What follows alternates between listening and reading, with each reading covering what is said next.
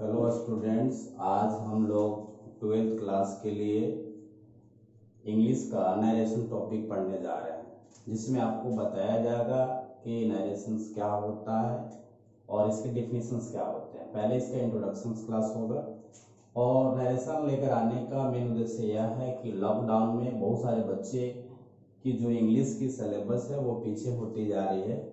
सो इसलिए हम आज नरेशंस टॉपिक लेकर आए हैं और इसमें हम लोग पहले जानेंगे नरेशंस होता क्या है। तो सबसे पहले जानते हैं कि नरेशंस क्या होता है। और नरेशंस का हिंदी होता है कथन, और कथन का मतलब ही होता है आज स्टेटमेंट्स। तो अब देखिए, स्टेटमेंट जो होता है वो दो तरह के स्टेटमेंट्स होते हैं। एक जो होता है डायरेक्ट और एक जो होता है इनडायरेक्ट। अब इसमें बात करना, डायरेक्ट का हिंदी जो होता है वो होता है प्रत्यक्ष और इसका जो हिंदी होता है अप्रत्यक्ष।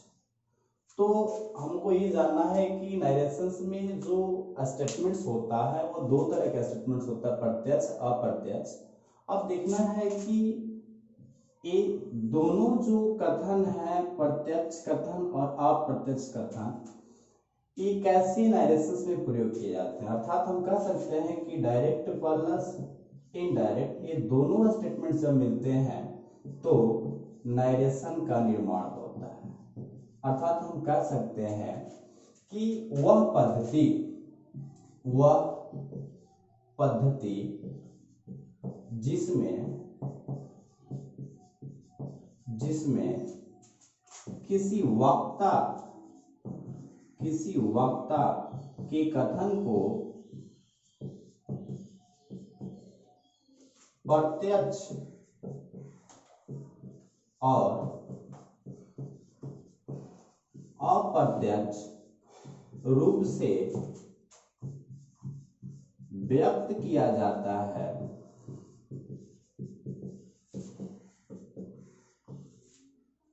उसे कथन कहते हैं। अब समझेंगे कि डायरेक्ट और इनडायरेक्ट यानी प्रत्यक्ष और अप्रत्यक्ष रूप से जब किसी एक स्टेटमेंट यानी कथन को व्यक्त किया जाए तो बनता है नरेशन, जिसमें हम कह सकते हैं इसका इंग्लिश डेफिनेशन हो सकता है the system in which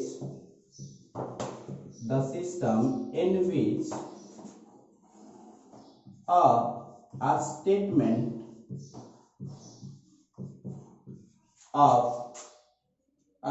of a person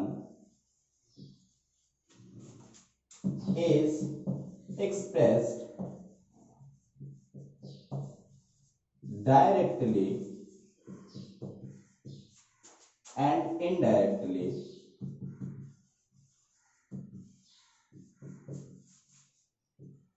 is called narration. The system in which a statement of a person is expressed directly and indirectly is called narration. यानी जब किसी वक्ता के कथन को प्रत्यक्ष और अप्रत्यक्ष रूप से व्यक्त किया जाता है तो इसी को हम कहते हैं कथन। जैसे में एक एग्जांपल हम देते हैं आप लोगों को, यहां समझना होगा। he said to मोहन, उसने मोहन से कहा, coma inverted coma, I will not go to home। यानी उसने मोहन से कहा मैं घर नहीं आऊंगा। यानी यहाँ पे देखा जाए कि कहने वाला जो व्यक्ति है वह है और जिससे कह रहा है वह मोहन है। यानी यहाँ पे हम कह सकते हैं कि थर्ड पर्सन एक व्यक्ति है जो मोहन से कह रहा है कि मैं घर नहीं आऊंगा। लेकिन जब इसी बात को मोहन किसी तीसरे व्यक्ति से कहेगा तो वह जो यहाँ पे व्यक्ति इसी की बात को वह अप्रत्यक्ष रूप से कहेगा, क्योंकि यह व्यक्ति प्रत्यक्ष रूप से कहा है। अब मोहन यदि इसके घर जाता है और कहता है कि उसने कहा है कि मैं घर नहीं आऊंगा, तो यहाँ पे वह जो हुआ पहला व्यक्ति हुआ और यह दूसरा व्यक्ति हुआ, अर्थात यह व्यक्ति इस व्यक्ति से प्रत्यक्ष कह रहा है, और यदि यह व्यक्ति तीसरे व्यक्ति से जाकर कहेगा तो वह अप्रत्यक्ष हो जाता है। यानी ये जो बातें आती इसको हम बनाए अगर he told Mohan that, he told Mohan that I would go to home. तो अगर इसको देखा जाए तो यह जाकर तीसरे व्यक्ति से कहेगा तो यह अप्रत्यक्ष हो जाएगा। यानी ये समझ में आ गया होगा आपको कि नरेशंस होता क्या है। ठीक है, अब आगे हम बढ़ते हैं नरेशंस के क्या होते हैं कंडीशन। तो पहले हम जानेंगे कि नरेशंस के कुछ पार्ट होते हैं, उन पार्टों के बारे में समझेंगे। जैसे में एक एग्जांपल हम देते हैं, ही said to me, comma, inverted comma, I am going to market today। यहां पे देखना है कि he said to me, उसने मुझसे कहा, I am going to market today, मैं आज बाजार जा रहा हूं। यहां पे क्या होते हैं, इसके बहुत सारे पार्ट होते हैं। पहले देखिए, ये जो होता है यानी इन्वर्टेड कॉमा से जो पहले होता है इसको हम बोलते हैं रिपोर्टिंग स्पीच।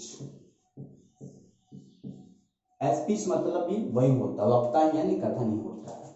और यहां से लेकर यहां तक जो इन्वर्टेड कोमा में बंद है इसको बोलते हैं रिपोर्टेड स्पीच। ओके, अब हम चलते हैं कि जो ये सैड है यानी सब्जेक्ट, ये हो गया ऑब्जेक्ट और ये क्या हो गया सैड है। तो हम कह सकते हैं कि रिपोर्टिंग वर्ब का क्या है, सब्जेक्ट है, और ये रिपोर्टिंग वर्ब का क्या है, ऑब्जेक्ट है। यानी इसको हम कह सकते हैं रिपोर्टिंग सब्जेक्ट,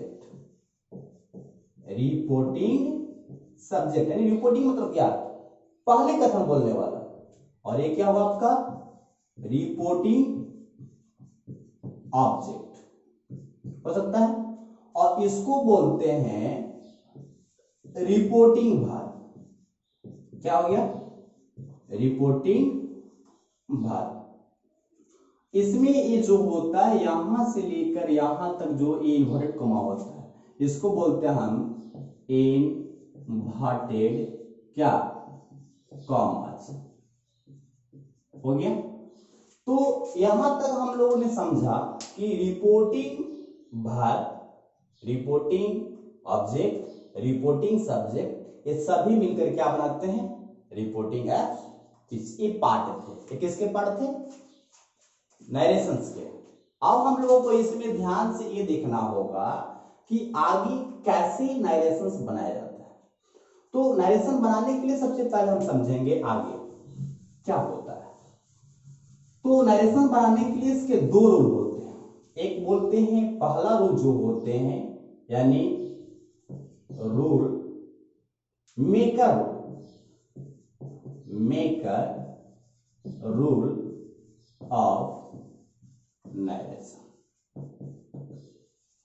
यानी जो बनाने वाले नियम होते हैं नरेशंस की वो दो होते हैं। एक आता है पहला बोल सकते हैं हम लोग जनरल रूल, हो गया। दूसरा जो होता है वो क्या होता है स्पेशल रूल। क्या हुआ, यानी एक जनरल रूल होगा सामान्य नियम जो सभी लागू होगा, स्पेशल रूल मतलब ये एक सिचुएशंस में लागू होता है, लेकिन ये जनरल रूल जो होता है सामान्य होता है। तो पहले जनरल रूल समझेंगे हम। तो जनरल में होता है पहला, जनरल में जो पहला होता है पर्सन चेंज,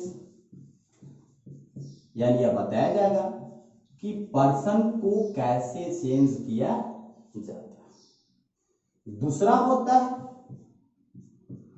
टेंस चेंज,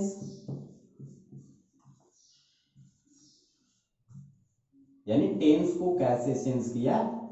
और तीसरा होता है पार्ट्स ऑफ स्पीच चेंज।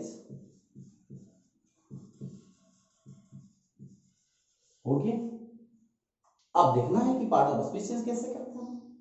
तो पहले हम बता देते हैं कि इसमें 3 रूल होते हैं, पर्सन चेंज, टेंस चेंज और पार्ट ऑफ स्पीच चेंज।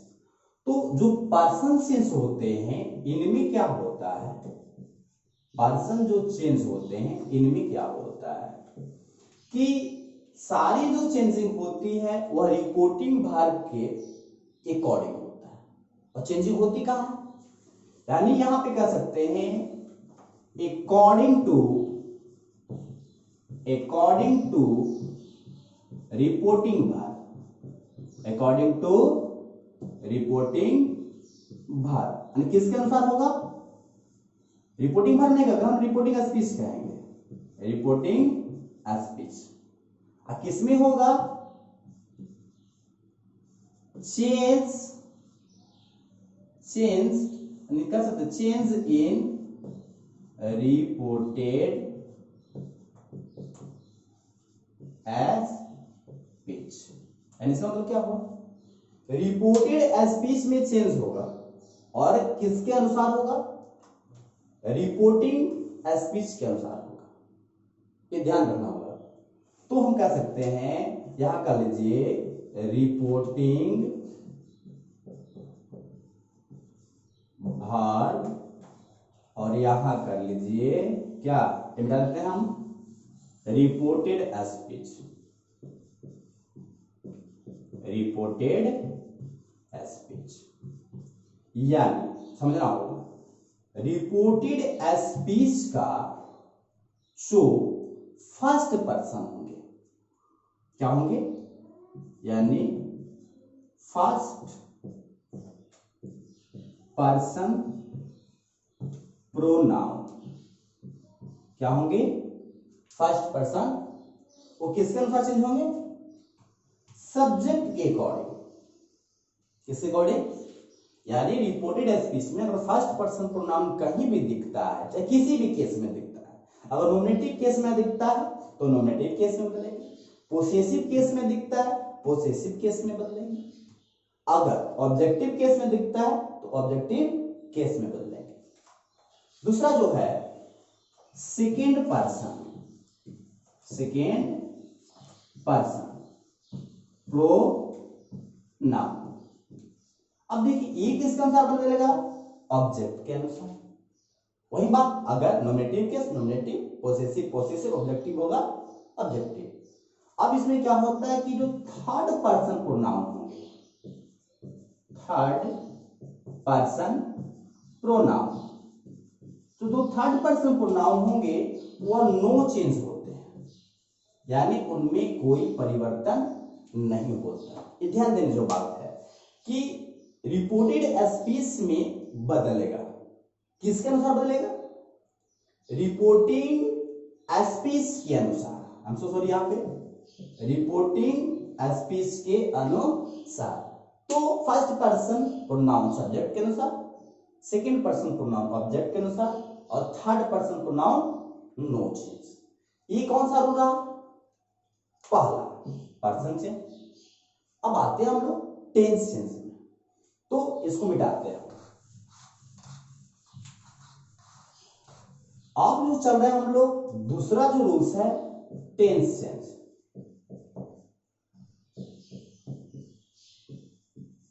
इसमें क्या होता है टेंस चेंज में, जितने भी प्रेजेंट के फॉर्म होंगे वह किस में बदल जाएंगे, पास्ट में, और पास्ट के जो फर्स्ट 2 फॉर्म होते हैं वह नेक्स्ट वाले में बदल जाएंगे और बाकी 2 नो चेंज होते हैं। जैसे प्रेजेंट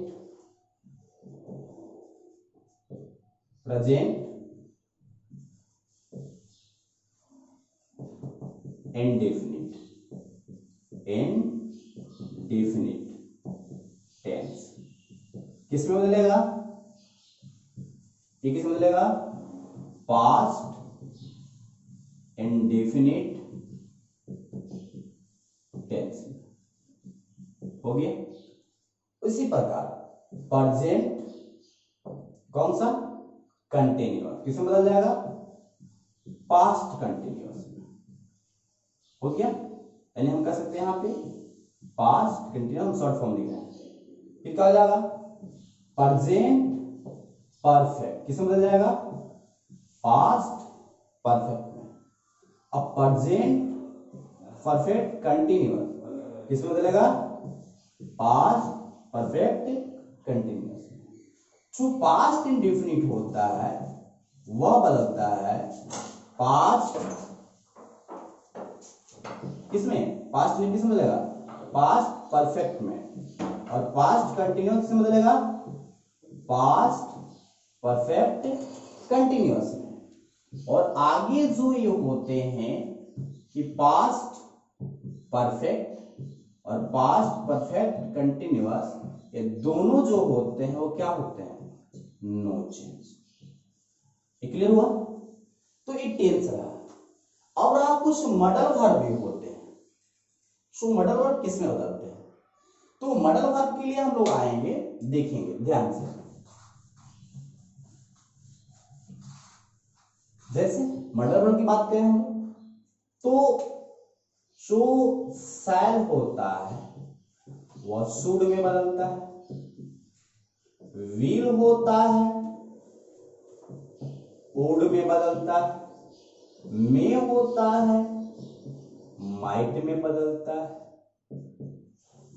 कैन होता है कुड में बदलता है। अब देखिए जो शुड कभी कभी आ जाए, वुड कभी कभी आ जाता है, माइट आ जाए और आउट टू आ जाए, आउट टू आ जाए।